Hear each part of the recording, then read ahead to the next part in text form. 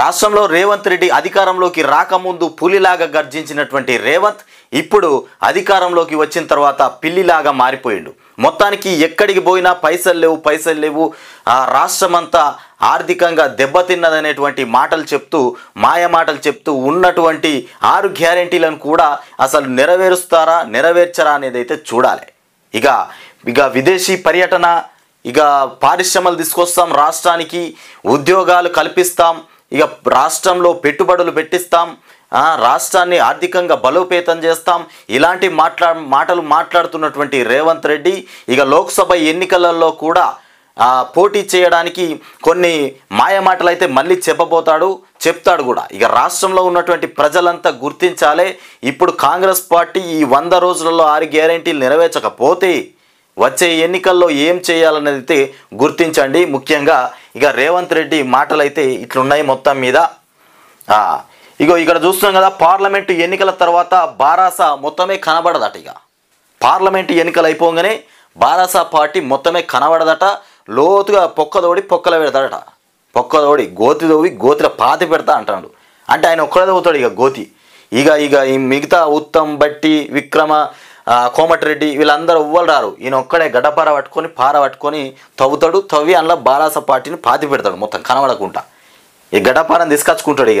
ఇక లోక్సభ ఎన్నికలు అయిపోగానే గడ్డపార 2 పట్టుకొని పోతాడు. ఇక పోయి తవ్వి అందులో పాతి పెడతాడు.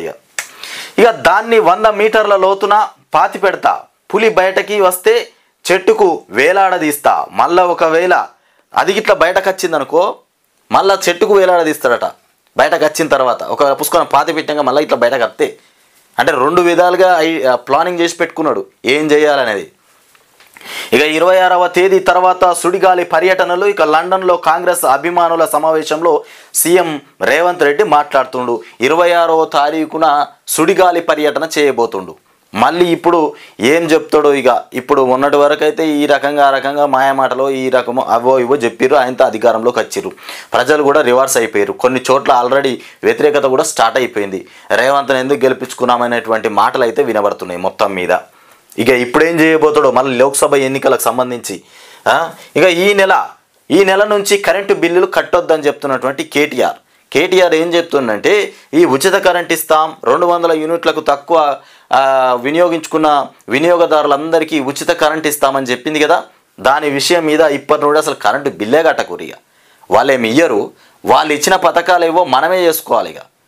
ఇక ఫ్రీగా మన చేతిలో ఉన్నాయైతే మనం చేసుకుందాం, కరెంటు బిల్ అయితే కట్టద్దని చెప్తుండు. ఇక ప్రజలను కోరిన మాజీ మంత్రి కేటీఆర్ బారాస, హైదరాబాద్, సికింద్రాబాద్ లోక్సభ నియోజకవర్గాల సమీక్షలో సీఎం రేవంత్ రెడ్డిపై తీవ్ర విమర్శ. ఇక ఆయన కాంగ్రెస్లో ఏక్నాథ్ షిండేగా మారతారని వ్యాఖ్య. కాంగ్రెస్ పార్టీలో రేవంత్ రెడ్డి ఏక్నాథ్ షిండేగా మారబోతాడని కూడా చెప్తుండు కేటీఆర్. ఇక తెలంగాణలోని 200 యూనిట్ల వరకు విద్యుత్తును వినియోగించే ప్రజలు ఈ జనవరి నెల కరెంటు బిల్లును కట్టవద్దని బారాస కార్యనిర్వాహక అధ్యక్షుడు మాజీ మంత్రి కేటీ రామారావు కోరారు. ఈ ఎన్నికల సందర్భంగా కాంగ్రెస్ పార్టీ ఉచిత విద్యుత్ పథకమైనటువంటి గృహజ్యోతి హామీ ఇచ్చిందని, దానిని వెంటనే అమలు చేసేందుకు ప్రజలు ప్రభుత్వంపై ఒత్తిడి తేవాలని పిలుపునిచ్చారు. ఇక ప్రజలు ఒత్తిడి తీసుకొస్తే వాళ్ళేమో ఆ హామీని అమలు చేయరు. ప్రజల చేతిలో ఉన్నటువంటి ఆయుధం అది. కాబట్టి నువ్వు అసలు కరెంటు బిల్లే కట్టద్దు. కట్టకపోతే ప్రభుత్వం అదే దిగస్తుంది. ఎందుకంటే వాళ్ళు చెప్పిన మాట వాళ్ళ నెత్తి మీదనే పెట్టాలి. రేవంత్ నోట్లకెళ్ళి చెప్పిన మాట రేవంత్ నెత్తి మీదనే పెడదాం. అంటే కరెంటు బిల్లు ఎవ్వరు కట్టద్దు. కట్టకపోతేనే ప్రభుత్వం చెప్పినట్టుగా ఉంటుంది. ఎందుకంటే వాళ్ళు చెప్పిన మాటలే కదా. అది మన చేతిలో ఉన్నటువంటి ఆయుధం, వినియోగించుకోవాలి ఇప్పుడే. ఇక మంత్రి చెప్పడంతోనే ఫార్ములా ఈ ఒప్పందం. ఆయన ఆదేశాల ప్రకారమే సీజన్ 10 కోసం FEOకు ఇక 45 కోట్లు ఇచ్చాం. ప్రభుత్వానికి నివేదించినటువంటి అరవింద్ కుమార్ కోయినా నీటి కోసం ప్రతిపాదనలు సిద్ధమంటూ అక్కడ వార్త అయితే చూసినాం. ఇక ఇది ఇట్లా ఉంది. ఇక గ్రామీణ పాఠశాలల్లో IIT మద్రాస్ పాఠాలట. గ్రామీణ పాఠశాలల్లో IIT మద్రాస్ పాఠాలు అంటే ఏముంటాయో అందులో కామకోటి చెప్తుండు. ఇక పూర్వ విద్యార్థులతో బోధన ఇక వచ్చే ఏడాది బీటెక్లో క్రీడా కోటా అమలు. ఈనాడుతో ఐఐటి మద్రాస్ డైరెక్టర్ ఆచార్య వి కామకోటి చెప్తున్నటువంటి మాటలు ఇవి. ఈ గ్రామీణ పాఠశాలల్లో ఐఐటి మద్రాస్ పాఠాలు చెప్పబోతున్నారట గ్రామీణ పాఠశాలలు. ఇక విదేశీయులకు భారత పాస్పోర్ట్లు, విదేశీయులు ఎవరైతే ఉన్నారో వాళ్ళకు భారత పాస్పోర్ట్లు. 92 మందిని గల్ఫ్ దేశాలకు పంపించిన ఘరానా ముఠా. హైదరాబాద్కు చెందినటువంటి సత్తర్ సూత్రధారిగా గుర్తింపు. ఇక దందాకు స్పెషల్ బ్రాంచ్. ఇక పోలీసుల సహకారంపై ఆరా. ఇక తప్పుడు ధృవీకరణ పత్రాలతో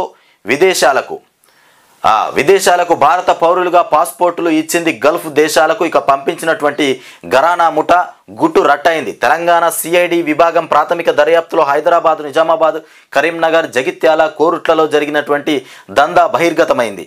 ఇక నకిలీ పత్రాలతో పాస్పోర్టులను సృష్టించడం ద్వారా 92 మందిని భారతీయులుగా దేశం దాటించినట్లు వెల్లడైంది. ఇక హైదరాబాద్ నాంపల్లిలోని ఇక రెడ్ హిల్స్ బడి ఇక మసీద్ ప్రాంతానికి చెందినటువంటి అబ్దుల్ సత్తార్, ఇక ఒస్మాన్ ఆల్, ఇక జవహారీ 50 సంవత్సరాలు ఇక సూత్రధారిగా సాగినటువంటి ఈ దందాలో మరో 9 మంది గల్ఫ్ ఏజెంట్ల పాత్ర కూడా ఉన్నట్లు తెలుస్తుంది. ఇక పురపాలికల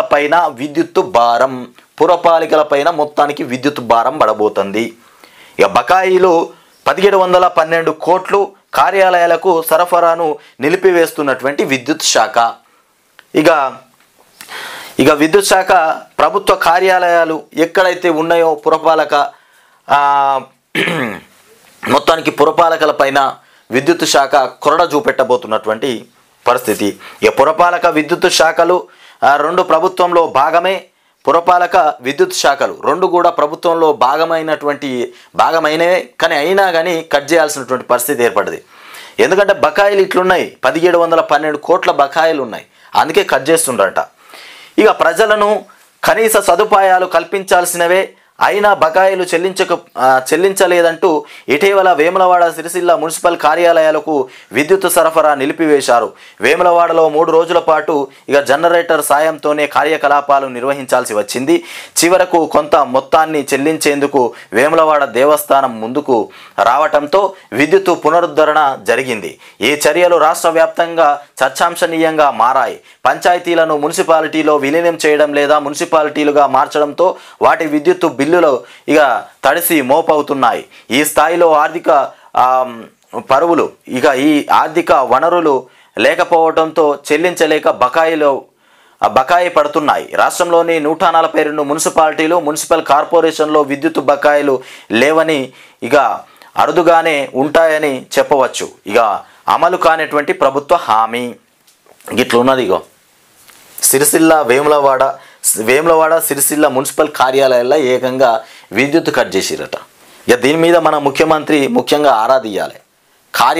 ప్రభుత్వ కార్యాలయాలనే ఏకంగా మున్సిపల్ కార్యాలయం ఇగో సిరిసిల్ల, వేములవాడ ఈడ కట్ చేసిరు, కరెంట్ కట్ చేసిరు. ఇంత ఘోరమైన పరిస్థితి ఏర్పడుతుంది. రాష్ట్రంలో అధికారంలోకి వచ్చినటువంటి కాంగ్రెస్ పార్టీ, ముఖ్యంగా రేవంత్ రెడ్డి, మీరు ఇది చూడాలి. గిట్ల ప్రభుత్వ ఆఫీసులలో కరెంటు తీసేస్తే ఏం జరుగుతున్నట్టు, రాష్ట్రము ఎట్లా బాగుపడుతున్నట్టు. ఇంకా మనం అంధకారంలోకి పోతున్నామా? కాంగ్రెస్ పార్టీ, రేవంత్ రెడ్డి గోడలు కూలగొడతాం, ప్రగతి భవన్ గేట్లు కూలగొట్టినావు, అన్నీ చేసినావు. ఫ్రీగా వచ్చిన గేట్లు అయితే కూలగొచ్చినావు. ఇక పైసలు పెట్టేది ఏదన్నా ఉంటే మాత్రం అది మనతోనైతలే. ఇంత ఘోరమా? సాక్షిలో వచ్చినటువంటి వార్త చూద్దాం మనం. ఇక అయోధ్య భక్త జనసంద్రం. ఇక బాలరాముడి ప్రాణప్రతిష్ఠ రేపే. ఇక రేపు బాలరాముడి ప్రాణప్రతిష్ఠ రేపు చేయబోతుర్రు. మొత్తానికి దేశ వ్యాప్తంగా కూడా అక్షంతాల పంపిణీ జరిగింది. రేపు 5 దీపాలు, అసలు పూజ ఎట్లా చేయాలి ఇళ్లల్లో అనేది అయితే చెప్తారు. ఆ విధంగా మీరు పూజ చేయాలి ఇళ్లల్లో. ఇక అయోధ్య ఆ పేరు వింటేనే ఆధ్యాత్మిక పరవశం. ఇక భవ్యమైనటువంటి దివ్య మందిరంలోకి రామచంద్ర ఆ ప్రభువు ఇక వేంచేయబోతున్నాడు. ఇక భక్త కోటి ఆర్తి తీరేలా రేపు ఇక బాలరాముడిగా తొలి దర్శన భాగ్యం కలిగించబోతున్నాడు. ఇక సాక్షిలో కథనం ఇది చూస్తున్నాం మనము. ఇక శోభాయానం రామమయం, శోభయానం రామమయం అంటూ ఇక్కడ మనం చూస్తున్నాం. అయోధ్య భక్తజన సంద్రంకు సంబంధించి ఇక 100 మీటర్ల గొయ్యి తీసి బీఆర్ఎస్ను పాతి పెడతా అని చెప్తున్నటువంటి రేవంత్. ఇక ఈ నీ ఊర్రుడు ఇట్లనే ఉంటుంది. ఇది ఎట్లా ఇక బడ్జెట్లోపే క్యాబినెట్ విస్తరణ. ఇక ఖాళీగా ఉన్నటువంటి మంత్రి పదవులు భర్తీ చేసేందుకు రంగం సిద్ధం చేస్తుందట. ఖాళీగా ఉన్నటువంటి మంత్రి పదవులు ఏవున్నాయో వీటిని మొత్తం మీద నింపడానికి రంగం సిద్ధం చేస్తుందట. ఎవరెవరికి ఏమేం పదవులు ఇస్తుందో మళ్ళా. ఇక ఎస్సీ ఎస్టీ బీసీలకు ఒక్కో బెర్త్ రేస్లో ఇక బాలు నాయక్, జి వివేక్ కూడా ఉన్నారు. ఇక వాకిటి శ్రీహరి, ఈర్లపల్లి శంకర్ రెడ్డి, అలాగే వేముల వెలమ కోటాలో తీవ్ర పోటీ. ఇక రెడ్డి సామాజిక వర్గానికి ఒక పదవి దక్కే అవకాశం. ఇక సుదర్శన్ రెడ్డి, రాజగోపాల్ రెడ్డి, మల్రెడ్డిలలో ఎవరికి ఛాన్స్ ఉన్న దానిపైన ఉత్కంఠ. ఇక వెలమ కోటాలో ప్రేమ్ సాగర్ రావు, ఇక మదన్లలో ఒకరికి పదవి యోగం. ఇక రాహుల్ స్వయంగా చెప్పడంతో ఎన్ఎస్యుఐ నేతకు క్యాబినెట్ ఛాన్స్. ఇక 15 రోజుల్లోగా కొత్త మంత్రుల కొలువుదీర వచ్చుంటున్నటువంటి గాంధీ భవన్ వర్గాలు. మొత్తానికి 15 రోజులల్లా కొత్త మంత్రులను నియమించబోతుర్రు. కొత్త మంత్రులు ఇక కొత్తగా ఎవరికి ఇవ్వబోతారో మంత్రుల పదవులు చూడాలి. ఏది 15వ తారీఖు 15 రోజులలోనే 15వ తారీఖు కాదు, 15 రోజులలో మొత్తం కట్టబెడతారట. ఇక ఈ మంత్రి పదవులు ఎవరికి కట్టబెడతారో, కట్టబెట్టిన తర్వాత ఇక వాళ్ళు మంచిగా ముమ్మరంగా పనిచేస్తారు. ఇక లోక్సభ ఎన్నికలలో మంచిగా టైట్గా పనిచేయాలి. అందుకే ఇవి మరి మంత్రి మల్లారెడ్డికి అయితే ఇస్తారా ఇయ్యరా అనేది చూడాలి. మల్లారెడ్డి ఆశతోనే ఉంటాడు, మంత్రి పదవి ఖచ్చితంగా వస్తుందని. ఇక ముందు 100 రోజుల్లో హామీలు అమలు చెయ్యి. ముందుగాల 100 రోజులలో హామీలు అయితే అమలు చేయమని చెప్తున్నటువంటి కేటీఆర్.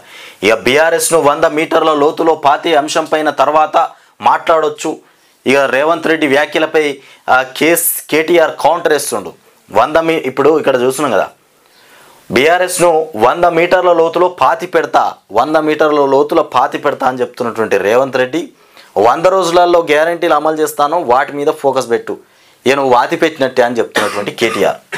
ఇక రేవంత్ అహంకారంతో మాట్లాడే వారిని 100 మందిని చూశాం. మీ దొంగ హామీలను ప్రశ్నిస్తున్నందుకు తెలంగాణ జెండాను బొంద పెడతారా? ఇక హామీలపై తప్పించుకోవాలని చూస్తే కాంగ్రెస్ను వదిలిపెట్టబోం. రేవంత్ రక్తమంతా బీజేపీదే, త్వరలో ఏక్నాథ్ షిండేలా మారతారని వ్యాఖ్య. 200 యూనిట్ల ఉచిత విద్యుత్ను వెంటనే అమలు చేయాలని డిమాండ్. ఈ జనవరి విద్యుత్ బిల్లులు ఎవరు కట్టవద్దని ప్రజలకు పిలుపునిచ్చినటువంటి కేటీఆర్. ఇక ఏక్నాథ్ షిండే అయిపోతాడట. ఏక్నాథ్ షిండే ఇక ఎన్నికలు అయిపోగానే అయిపోతాడట ఏక్నాథ్ షిండే. ఇక పెండింగ్ పనులకు నిధులు ఇస్తాం. పెండింగ్ పనులు ఏవైతే ఉన్నాయో అవన్నిటికీ నిధులు ఇస్తాం, తొందరగా పనులు పూర్తి చేయండి అని చెప్తున్నటువంటి బట్టి. ఇక సిఐఆర్ఎఫ్ పనులకు ఓకే. ఇక ఆర్ఆర్ఆర్ అలైన్మెంట్ ప్రక్రియ పారదర్శకంగా ఉండాలి. ఉప ముఖ్యమంత్రి బట్టి వెల్లడి.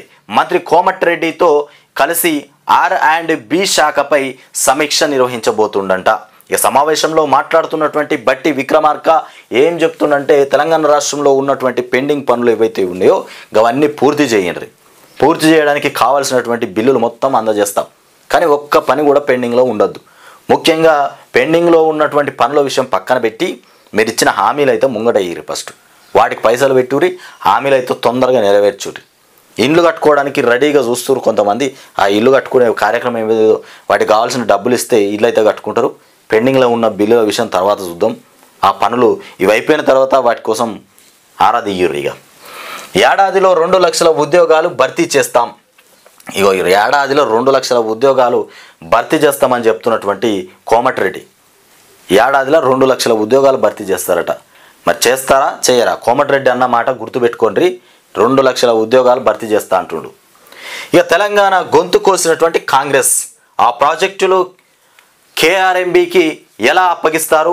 రాష్ట్రంలో సాగునీళ్లు తాగునీళ్లు ప్రశ్నార్థకం చేశారు. మాజీ మంత్రి నిరంజన్ రెడ్డి ధ్వజమెత్తుతున్నటువంటి అంశం. తెలంగాణ గొంతు కోసినటువంటి కాంగ్రెస్ పార్టీ ఆ ప్రాజెక్టులను KRMBకి ఎట్లా అంటబెడతారు? మన ప్రాజెక్టులు తీసుకుపోయి కేంద్రానికి ఎట్లా అంటబెడతారని చెప్తుండు. ఇక గొంతు కోసినట్టే, వాస్తవానికి నిజమే అదే పరిస్థితి. నాగార్జున సాగర్ శ్రీశైలం నీటి ప్రాజెక్టులపై పూర్తి అధికారాన్ని కృష్ణా నది యాజమాన్య మండలి కేఆర్ఎంబీకి అప్పగించి కాంగ్రెస్ ప్రభుత్వం తెలంగాణ గొంతు కోసిందని మాజీ మంత్రి సింగిరెడ్డి నిరంజన్ రెడ్డి విమర్శించారు. ఈ విధంగా తీసుకుపోయి కృష్ణా జలాలకు అప్పచెప్పినట నాగార్జున ఈ మన రాష్ట్ర ప్రాజెక్టులన్నీ.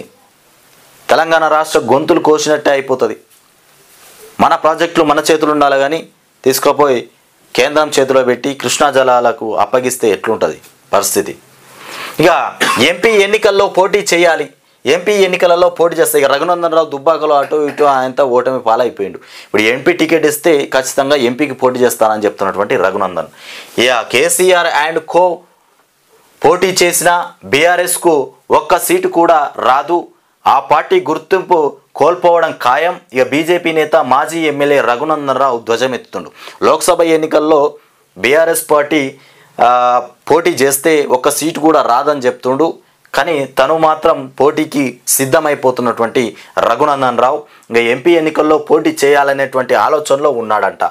ఇక హైకోర్టుకు వర్సిటీ భూములు ఇవ్వొద్దు ధర్నాలో మాట్లాడుతున్న ఆర్ఎస్ ప్రవీణ్ కుమార్ ఓట్లు అయిపోయిన తర్వాత వార్తలే కనవాలి. ఆర్ఎస్ ప్రవీణ్ కుమార్ ఇక మళ్ళీ స్టార్ట్ అయిపోయినాయి, మళ్ళీ ఓట్లు వచ్చినాయి, మళ్ళీ ఆర్ఎస్ ప్రవీణ్ కుమార్ మళ్ళీ తెరపైకి వచ్చిండు.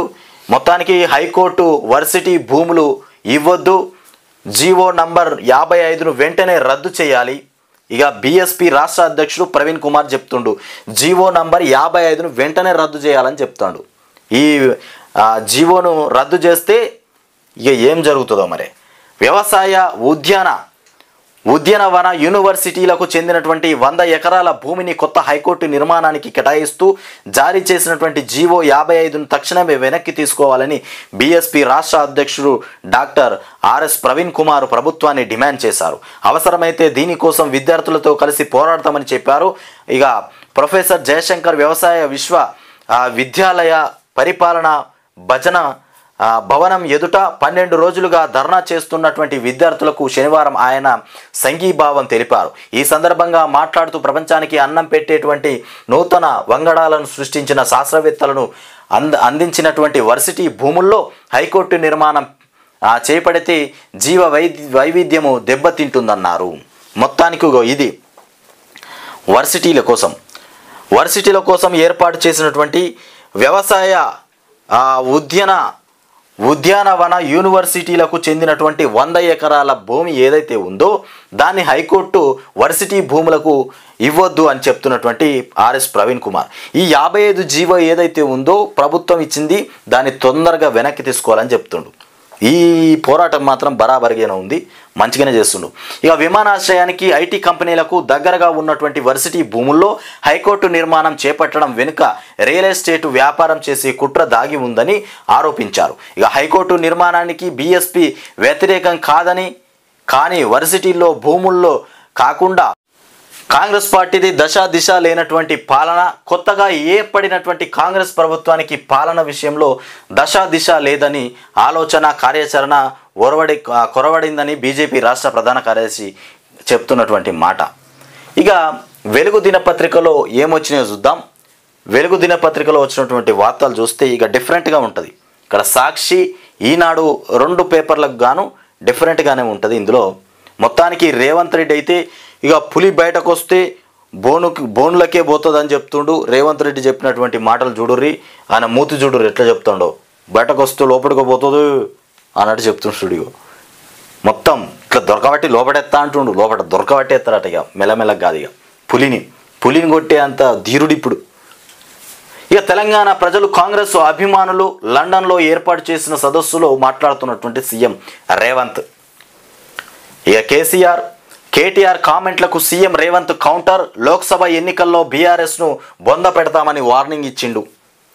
ఇక అసెంబ్లీ ఎన్నికల్లో బొక్కబోర్ల పడ్డ కేటీఆర్, హరీష్ రావు బుద్ధి రాలే. కేటీఆర్కు హరీష్ రావుకు బొక్కబోర్ల పడ్డ కానీ బుద్ధి రాలే. నాకైతే బుద్ధి బాగా వచ్చింది. ఇక నాకు బుద్ధి వచ్చింది కాబట్టి నేను ఎదురుగా నిలబడ్డా. ఇక మొత్తం మీద గోతి తీసి గోతులు పెట్టడానికి రెడీగా ఉన్నా అని చెప్తుండు. వీళ్ళిద్దరికైతే బుద్ధి లేదట, ఈయనకేమో బుద్ధి ఉన్నదట. ఇక ప్రజాప్రభుత్వంపై ఓర్వలేక ఇష్టమున్నట్లు వాగుతున్నారట. ఇక లక్షల కోట్లు దోచుకుని ప్రజల నెత్తి మీద అప్పుల దరిద్రం మోపిన్రు. వాళ్ళ అహంకారం బలుపు ఇంకా దిగలే. ఇక దించే బాధ్యత మాదే. ఈ నెల 26 తర్వాత ఇంద్రవెల్లి నుంచి రాష్ట్రమంతా పర్యటిస్తానని ప్రకటన. లండన్లో తెలంగాణ వాసులతో సమావేశం. ఇక బల్పు మొత్తమే దిగలేదు, ఇప్పుడు నేనే దించుతా అంటుండు. లోక్సభ ఎన్నికలు అయిపోగానే దించేస్తారట. ఇక చూద్దాం.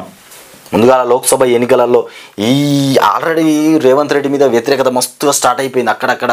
ఏమో ఎందుకు గెలిపించినారా ఈయనను, గెలిపించి పరిశాన్ అయిపోయింది కదా, కేసీఆర్ గట్టినే ఉంటే అయ్యేపోయేది అని మొత్తం గుసగుసలు పెడుతురు.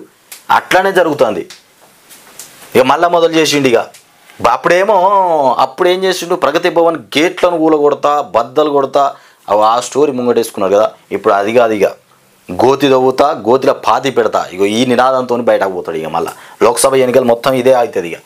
ఇక మొత్తం ఏంటంటే బీఆర్ఎస్ పార్టీ అనేది ఇక ఈ ఎన్నికల తర్వాత మొత్తం కనుమరుగైపోతుంది, కనబడకుండానే చేసేస్తా, ఇగో ఇట్లాంటి మాటలు అన్నట్టు. ఏడపోయినా ఇగో ఇవే మాటలు. అహో అయోధ్య, రేపే శ్రీరాముడి విగ్రహానికి ప్రాణ ప్రతిష్ఠ. ఇక నీలాంటి ఎందరినో మట్టి కల్పించినాం, నీలాంటి వాళ్ళని ఎందరినో మట్టి కల్పించినామని చెప్తున్నటువంటి కేటీఆర్ సింగిల్గా మట్టి కల్పించినామని ఏలు పెట్టి చూపిస్తుండు. సీఎం రేవంత్పై కేటీఆర్ ఫైర్.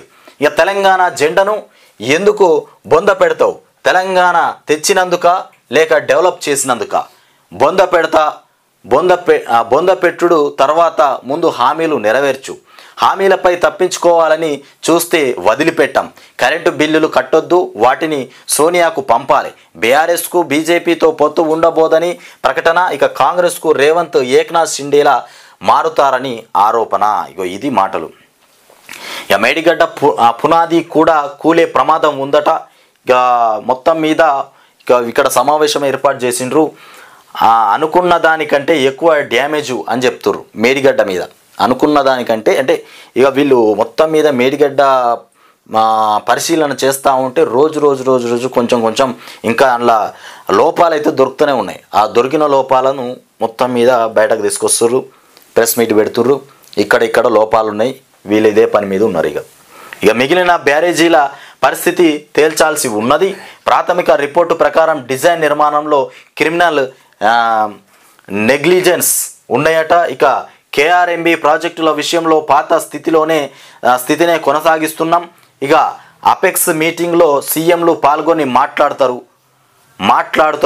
ఇక సివిల్ సప్లైస్ 58,860 కోట్ల అప్పుల భారంలో ఉన్నదన్న మంత్రి. ఇక కేటీఆర్వి మతిలేని మాటలు అంటూ డిప్యూటీ బట్టి చెప్తున్నటువంటి మాట ఇది. ఇక నకిలీ మెడిసిన్స్ డ్రగ్స్ కంటే డేంజర్. నకిలీ మెడిసిన్స్ ఏవైతే ఉన్నాయో అవి డ్రగ్స్ వాడతాం కదా, ఆ డ్రగ్స్ కంటే కూడా డేంజరస్గా ఉంటాయట. ఈ నకిలీ మెడిసిన్స్ ఎవరు వేస్తుర్రు, ఎక్కడ అమ్ముతుర్రో దొరకబట్టాలి. ఇక మార్కెట్లో భారీగా నకిలీ నాసీ రకం మందులు అయితే దొరుకుతున్నాయి. ఇక సిటీ చుట్టుపక్కల ఫేక్ మెడిసిన్ తయారీ కంపెనీలు ఇక ఉత్తరాది నుంచి దిగుమతులు చేసుకుని అమ్మకాలు. ఇక క్యాన్సర్, గుండె జబ్బుల మందులకు నకిలీలు, జనాల ప్రాణాలకు ముప్పుగా మారిన ఫేక్ మెడిసిన్ రాకెట్.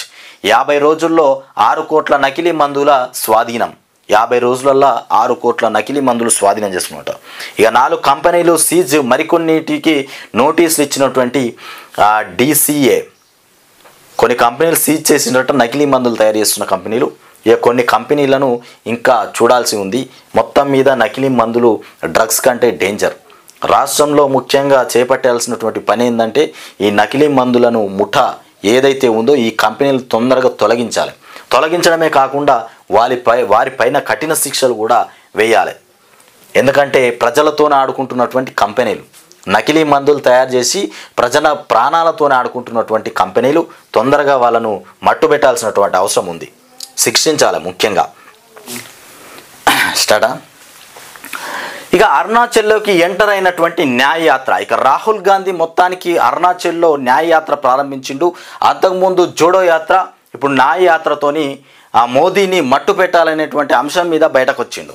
ఇక దేశాన్ని కులం మతం పేరుతో బీజేపీ విభజిస్తుందని కాంగ్రెస్ అగ్రనేత రాహుల్ గాంధీ ఆరోపించారు. ఇక భాష మతం పేరుతో ప్రజలు వాళ్ళల్లో వాళ్ళే కొట్టుకునేలా ప్రేరేపిస్తున్నదని ఫైర్ అయ్యారు. ఇక రాహుల్ గాంధీ ఈ నెల 14న మణిపూర్లో ప్రారంభించినటువంటి భారత్ జోడో న్యాయయాత్ర శనివారం ఇక అస్సాం నుంచి అరుణాచల్ ప్రదేశ్లోకి ప్రవేశించింది. ఈ సందర్భంగా ప్రత్యేక తలపాగా ధరించినటువంటి రాహుల్ గాంధీ వందలాది మంది పార్టీ కార్యకర్తలతో కలిసి ఇక దోయిముఖ్ వైపు కదిలారు. మొత్తానికి తలపాగా ధరించిందట రాహుల్ గాంధీ. న్యాయయాత్ర ప్రారంభించిండు అరుణాచల్ ప్రదేశ్ నుండి న్యాయయాత్ర ప్రారంభించిండు. ఇక ఎయిర్ షో చూడడానికి మొత్తానికి ఇక ప్రజలైతే కుప్పలుగా వచ్చేసి కూడా మనం చూస్తున్నాం. ఎయిర్ షో అదుర్స్, ఇది బేగంపేటలో ఏర్పాటు చేసినటువంటి ఎయిర్ షో. ఇక బేగంపేట ఎయిర్పోర్టులో జరుగుతున్నటువంటి ఎయిర్ షో ఆకట్టుకున్నది. శనివారం సాధారణ సందర్శకులకు అనుమతి ఇచ్చారు. ఆదివారం కూడా ఇది కొనసాగనుంది. హైదరాబాద్ నుంచి కాకుండా రాష్ట్రంలోని వివిధ ప్రాంతాల నుంచి, వివిధ రాష్ట్రాల నుంచి జనం వచ్చి విమాన విన్యాసాలను తిలకిస్తున్నారు. ఇక గురువారం ప్రారంభమైనటువంటి ఎయిర్ షో ఆదివారం ముగియనుంది. ఇది ఎయిర్ షో, ఇది బేగంపేటలో మొత్తానికి ఎయిర్ షో చూడడానికి ప్రజలు వచ్చిండ్రు. ఇక కాళేశ్వరంలో ప్రధాని పూజలు, రామేశ్వరంలో ప్రధాని పూజలు చేస్తున్నారట. ఇక అయోధ్యలో సోమవారం శ్రీరాముడి విగ్రహ ప్రాణ ప్రతిష్ఠ నేపథ్యంలో దక్షిణాదీన రామాయణంతో ముడిపడి ఉన్నటువంటి ఆలయాలను ప్రధాని మోదీ దర్శించుకుంటున్నారు. అందులో భాగంగా శనివారం తమిళనాడులో పర్యటించారు. శ్రీరంగంలోని రంగనాథ స్వామి ఆలయాన్ని దర్శించుకున్నారు. ఇక రామేశ్వరంలోని అగ్నితీర్థము, ఇక బీచ్లో పవిత్ర స్నానాన్ని ఆచరించారు. తర్వాత రామ్నాథ్ స్వామి ఆలయాన్ని దర్శించుకున్నారు. రుద్రాక్షమాల ధరించి స్వామి వారికి పూజలు చేశారు. ఆలయంలో నిర్వహించినటువంటి ఇక భజనలోను పాల్గొన్నారు. ఇక మొత్తానికి నరేంద్ర మోదీ చేస్తున్నటువంటి ఈ బాలరాముడి విగ్రహ ప్రతిష్టకు సంబంధించి పూజలకు ఏర్పాట్లు చేస్తున్నారు. అలాగే మోదీ భక్తిలో లీనమైనటువంటి పరిస్థితి. ఇక అయోధ్య శ్రీరాముడి కోసం ఇక్కడ స్నానం చేస్తున్నారు. మొత్తానికి మనం విజువల్స్లో చూస్తున్నాం కదా. ఇక ఛత్తీస్గఢ్లో ఎన్కౌంటర్. ఛత్తీస్గఢ్లోని బీజాపూర్ జిల్లా నేండ్రా అటవీ ప్రాంతంలో శనివారం మావోయిస్టులు పోలీసులకు మధ్య ఎదురు కాల్పులు జరిగాయి. ఈ కాల్పుల్లో 3 మావోయిస్టులు మృతి చెందారు. ఛత్తీస్గఢ్లో మొత్తానికి ఇది పరిస్థితి. ఏ కవిత పారిపోతుందంట. ఇక అనారోగ్యం సాకుతో విదేశాలకు వెళ్ళి కుట్ర చేస్తున్నది. లిక్కర్ స్కామ్లో ఆమెకు శిక్ష ఖాయం. ఎంపీ అరవింద్ చెప్తున్నటువంటి మాటలు. ఇక ఢిల్లీ లిక్కర్ స్కామ్లో ఎమ్మెల్సీ కవితకు శిక్ష పడడం ఖాయమని నిజామాబాద్ ఎంపీ అరవింద్ అన్నారు. ఈ కేసు నుంచి తప్పించుకునేందుకు అనారోగ్య సమస్యలను సాకుగా చూపించి విదేశాలకు పారిపోయేందుకు ఆమె ప్లాన్ చేస్తున్నారని ఆరోపించారు. నేటి నుంచి కొమరవెల్లి జాతర. ఇక మొత్తానికి కొమరవెల్లి జాతర ఇవాళ నుండి ప్రారంభం కాబోతుంది. కొమరవెల్లి అనేది సిద్దిపేటలో ఒక అద్భుతమైనటువంటి దేవాలయం. సిద్దిపేటకి ఇక 3 నెలల పాటు జరిగే కొమరవెల్లి మహాజాతర ఆదివారం ప్రారంభం కానున్నది.